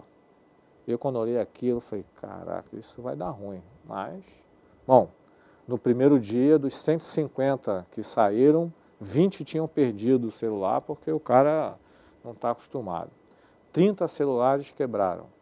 Outros tantos, o cara com aquele dedo gentil dele apertava a tecla, era 2 teclas de uma vez. Ele esqueceu de capacitar as pessoas, ele esqueceu de ver se aquela tecnologia era mais adequada para aquele tipo de serviço. Então, pessoal, em termos de tecnologia, existem algumas possibilidades muito boas, mas não se deixem encantar pelos modismos. Eu tenho visto muita gente por aí achando assim, não, eu vou botar tecnologia, eu vou reduzir gente. Às vezes isso é possível, né? Mas talvez você tenha que capacitar as pessoas para usar essa tecnologia. Então tem uma série de oportunidades aí na área de tecnologia, sistemas de rastreamento, sistemas de otimizações de espaço de armazém com WMS, mas isso se você não tiver bons processos, se você não tiver boas estruturas e se isso não for aderente ao teu negócio, vai te complicar. Tem uma grande empresa que quebrou quando estava no auge do uso da tecnologia. Uma empresa que foi por muito tempo do mercado, os caras anunciaram assim que tudo deles ia ser automatizado, não sei o que lá, estavam investindo alguns bilhões de não sei o que lá, 3 meses depois, puf, quebrou. Aí eu fiquei pensando, pô, será que os caras perderam muito tempo para entrar com a tecnologia? Será que talvez a tecnologia não era a mais adequada? Então, pessoal, em logística, a tecnologia é uma grande aliada do processo logístico. Eu, por exemplo, sou da época que controlava estoque no Cardex, naquele papelzinho. Não sei quantos aqui são dessa época. Né? Tinha que ter a letra bonitinha, né? Entradas, saídas. Só é dessa época? Viu? Como é que nós estamos experientes? Né? Hoje em dia, tudo automatizado. Muitos aqui são da época da maquininha do supermercado que colocava preço. Agora tudo é código de barra. Não? Tecnologia ajuda de monte. Agora, também não adianta você querer ter uma Ferrari, quando na verdade você precisava ter um carro 1.0. Para que você vai ter uma Ferrari? Para pagar um IPVA mais caro, para pagar um flanelinha mais caro, para não ter acesso a alguns lugares da cidade por questão de risco, quando de repente você podia fazer isso tudo com um carro 1.0, talvez. Né? Então, tecnologia é um negócio que vai cada vez mais ser impelido para você decolar, mas cuidado, pessoal. Em momentos como esse, é muito comum a gente achar que a tecnologia é a única tábua de salvação. Você vai ter o celular mais potente e aí você vai ser mais rápido e vai arrumar um emprego. Talvez, talvez não. Então, cuidado, né? Capacitar as pessoas para o melhor uso dos recursos. Muitas empresas têm tecnologia, mas as pessoas não conseguem extrair o máximo da tecnologia. Se nós fizermos uma pesquisa aqui rapidamente, grande parte de nós, e eu me incluo nesse grupo, usa muito pouco do que o seu celular oferece. Muito pouco. Muito pouco. Seu celular oferece uma variedade de recursos tecnológicos e a gente usa, sei lá, 30%, se muito. Um celular custa um valor. Agora, você imagina uma empresa que compra um sistema hiper mega pau. Então, cuidado. Processos enxutos, pessoal. Não sei quantos aí têm ouvido, visto e lido sobre um negócio chamado Lean, né? Que é uma filosofia que foi implementada lá na Toyota, né? Cada vez mais, e principalmente em momentos como o que nós estamos passando, nós temos que ter foco nas coisas que realmente são importantes, imprescindíveis e que parece um jargão que não faz muito sentido, mas que agregam valor ao cliente. Todas as vezes que eu falo sobre isso, eu dou como exemplo, e desculpe aqueles que já ouviram, de uma determinada empresa aérea, que quando começou, ela estendia um tapete vermelho, você falava com o comandante, ela distribuía champanhe no voo. muito legal. Alguém paga 1 centavo a mais para pisar num tapete vermelho para ver a cara do comandante? Não.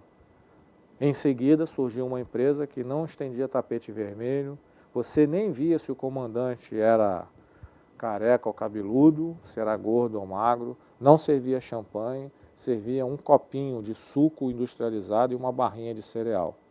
Só que o preço dela era infinitamente mais barato. Ou seja, todo mundo achava legal o tapete vermelho, mas na hora que teve que pagar por ele, logo a gente chega à conclusão seguinte, aquilo agrega valor para o cliente. No caso da empresa aérea, o que agrega valor? O avião sair na hora, chegar na hora e voar sem cair. Isso. Ninguém quer saber se o piloto torce para o Flamengo, se ele fala 4 idiomas. Isso é legal? Ah, legal. Mas você paga 1 tostão a mais para isso? Não. Logo, pessoal, cada vez mais nós vamos ter que rever os processos e falar, cara, isso aqui agrega valor para o cliente? O cliente gosta. Tá bom, ele gosta, mas está disposto a pagar? Se não está disposto a pagar, de repente, né? O concorrente faz, né? Nessa empresa de varejo que eu trabalhei, o dono da empresa era extremamente atuante. O cara era workaholic, trabalhava 18, 19 horas por dia. E aí, como qualquer empresário, tinha lá as manias dele. Uma delas que eu sempre que tinha oportunidade de discutir com ele, por exemplo, queria que todos os DVDs e CDs da loja, quando abrisse, estivessem em ordem alfabética. E eu falava para ele assim, cara, nosso concorrente, eu chego lá, está tudo zoneado, a gente vende mais do que os caras? Não, então isso não agrega nada, cara. E aí eu falava para ele, cara, isso é uma vaidade sua, isso aí dura 5 minutos. Quando abre a loja está assim, 5 minutos depois do primeiro cliente já está tudo bagunçado, porque o cara tira e não coloca no lugar de novo. O que isso ajuda a gente a vender mais? Ele fala, mas é bonito. Eu falava, cara, faz na sua sala. Faz na sua sala aí, tudo arrumadinho. E esse cara circulava as lojas. Se ele pegasse a loja quando abriu sem o negócio fora da ordem, eu falava, cara, isso não adianta para nada, a gente vende um CDzinho a mais. Não, mas é bacana. Tá bom, é bacana, mas e daí, cara? O que isso... O consumidor chega aqui e fala, não vou comprar porque não está na ordem alfabética. Deve ter gente que nem sabe a ordem alfabética, cara. Pô, vai lá e... Pô, tudo bem, agrupa por gênero pro cara. O cara chega lá, quer comprar o CD do Luan Santana, não está misturado com o da Ivete Sangalo, sei lá eu. Tem lá sertanejo, né? Se bem que agora tudo é... Né? Mas, aí eu falei, cara, isso é uma vaidade que o cliente nem percebe, isso é uma vaidade sua. E aí, quando a discussão ia assim, ele dava uma chave de galão. Mas eu sou o dono. Tá bom, tá legal, né? E eu aprendi, por exemplo, com esse cara, que a empresa só tem 2 cargos. O dono e os outros. Ele era o dono, eu era os outros, então tá bom.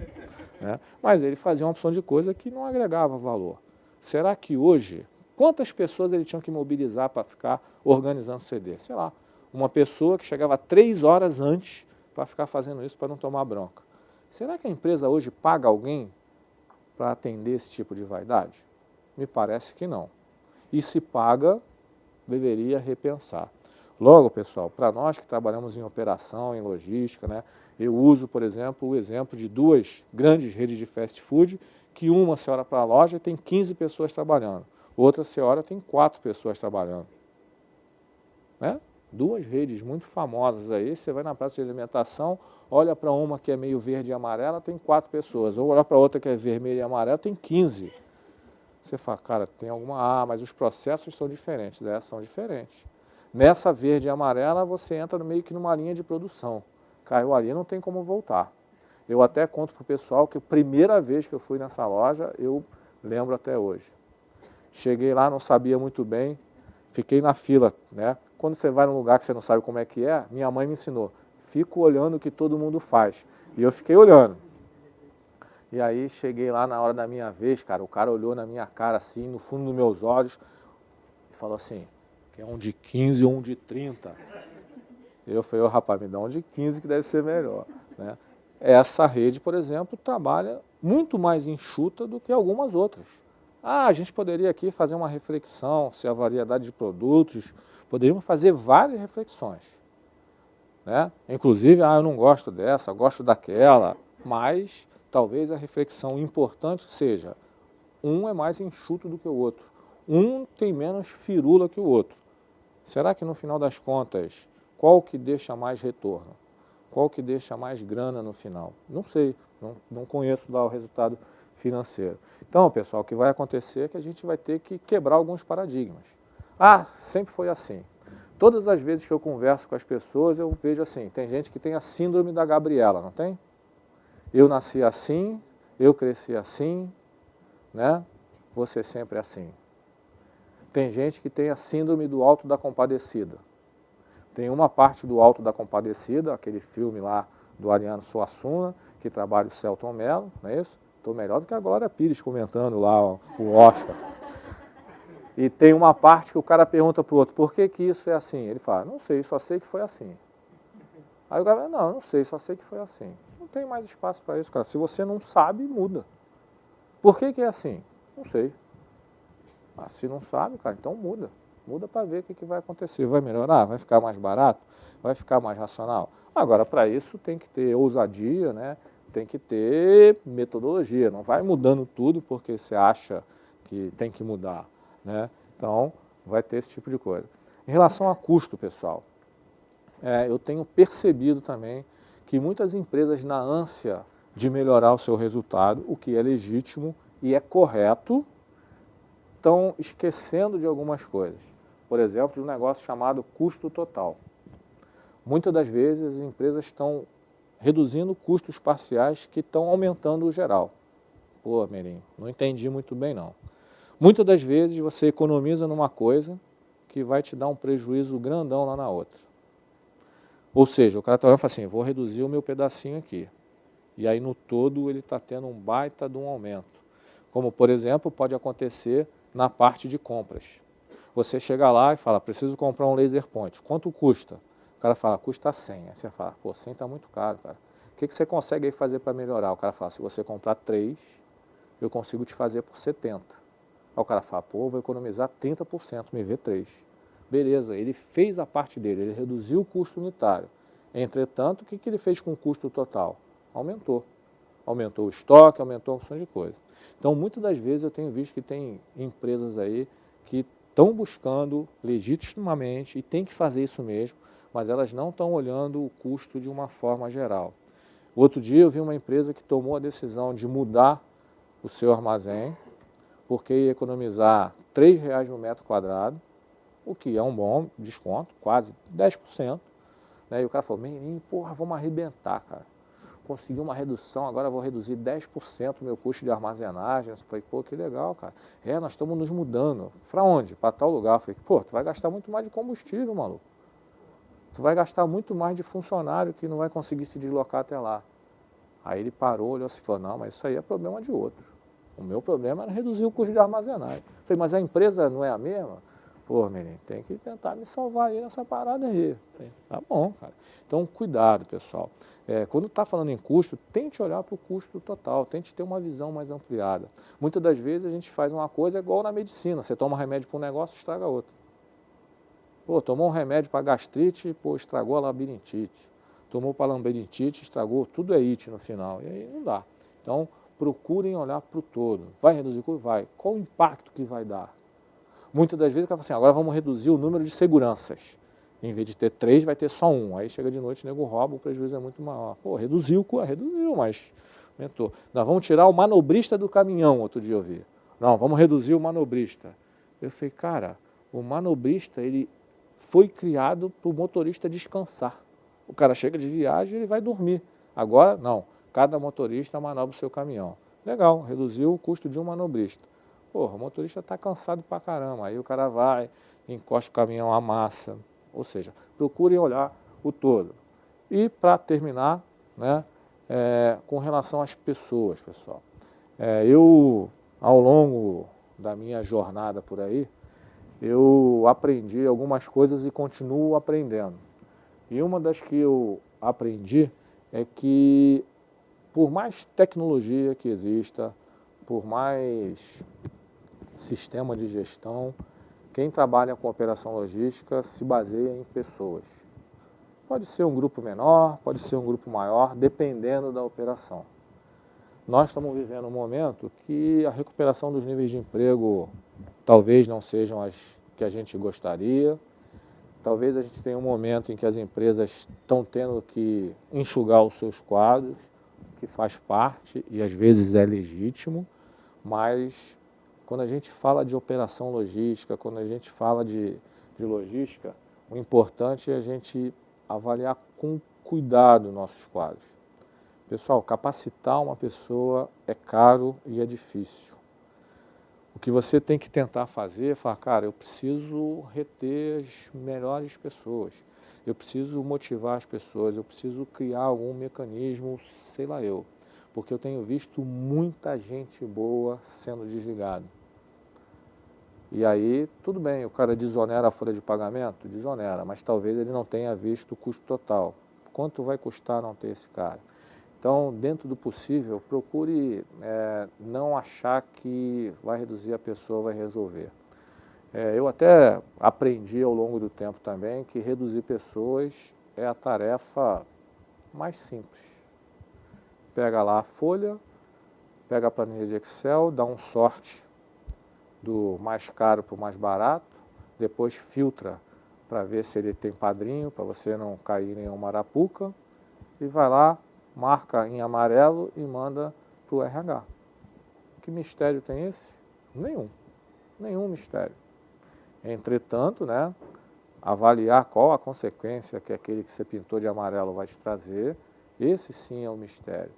Muitas das vezes a gente é necessário você reduzir o quadro. Às vezes é até importante para dar uma oxigenada, mas avaliem com cuidado. Muitas das vezes a gente é impelido para tirar fulano que custa R$10 mais caro, 100, sei lá eu quanto. E às vezes você está perdendo um cara que vai mandar um produto errado para o cliente que vai custar 10 vezes mais. Quando eu fui da indústria farmacêutica, eu costumava conversar com o diretor de RH, quando a gente andava pela fábrica, e eu falava para ele assim, tá vendo aquele empilhador ali que está carregando aquele pallet? Ele falava, tô. Eu falei, você já viu qual é o salário dele? Ele falava, já. E eu falei, você já viu que se ele na curva deu uma esbarradinha no pallet, essa esbarradinha que ele dá no pallet, se amassar alguma coisa, o prejuízo que ele dá é 10 vezes o salário dele? Eu falei, cara, então não adianta você também querer fazer algumas coisas que você acha que vai resolver e não vão resolver. Então, pessoal, cuidado. Eu sei que é normal nesses momentos assim mais acalorados, as organizações, né, como a gente diz aí no linguajar, passa a régua, passa o cerol, passa o navio, né, tem uma série, né, mas se vocês estiverem em posição de liderança ou se vocês estiverem em posição de aconselhamento das pessoas e estiverem olhando para uma operação logística, né, procurem ver, realmente esse cara aqui agrega valor? Ele realmente vai fazer a diferença? Ele vai na hora lá negociar com o fornecedor, ele vai trazer retorno? Se sim, cara, não meçam esforços para manter essa pessoa. Não porque ele torce para o mesmo time que você, não porque ele é padrinho do seu filho, não porque ele joga futebol bem ou faz churrasco bem, mas porque ele realmente agrega valor, né? Bom, acho que era isso. Se alguém quiser depois fazer contato ali, estão quase todos os meus contatos, né? Vocês podem me achar pelo site, pelo Facebook, pelo blog, sei lá, por todos os canais de comunicação. Mais uma vez agradeço pela paciência e pela educação de aguardarem comportadamente eu ficar falando aqui um tempão, né? Eu normalmente quando falo sobre alguns assuntos eu acabo me empolgando, eu vivo logística há um tempo, posso dizer que sou um cara que gosta do que faz, e aí eu acabo me entusiasmando e aí acabo roubando o tempo das pessoas. Mas se alguém tiver alguma pergunta ou quiser compartilhar alguma coisa, fique à vontade aí. Não sei se alguém deseja perguntar algo, sim ou não. Você vê como é que o pessoal é educado, né? Todo mundo querendo comer pizza, né? Já comeu pizza, né? Que bom. Nada mais? Ninguém? Então, pessoal, de coração, obrigado. Espero ter suscitado em vocês algumas reflexões. Nada que eu falei aqui, eu tenho certeza que tudo que foi falado aqui, todos vocês já sabiam, né? Isso, nada que tem aqui é nada intergaláctico, né? Tudo são coisas do dia a dia, mas o meu grande objetivo quando a gente faz esse tipo de coisa é a pessoa às vezes fala, pô, não tinha refletido ainda sobre isso. Então, a minha grande missão é ser um motivador de algumas reflexões que você, pelo calor do dia a dia, acaba esquecendo e às vezes num momento como esse, um pouco mais sereno, e alguém falando, você fala, ô rapaz, tem que dar uma olhadinha nisso. Então, de coração, espero ter dado alguma contribuição, mesmo que pequena, para a carreira de vocês e para ajudar vocês aí na vida profissional de vocês. Então, obrigado. Falou.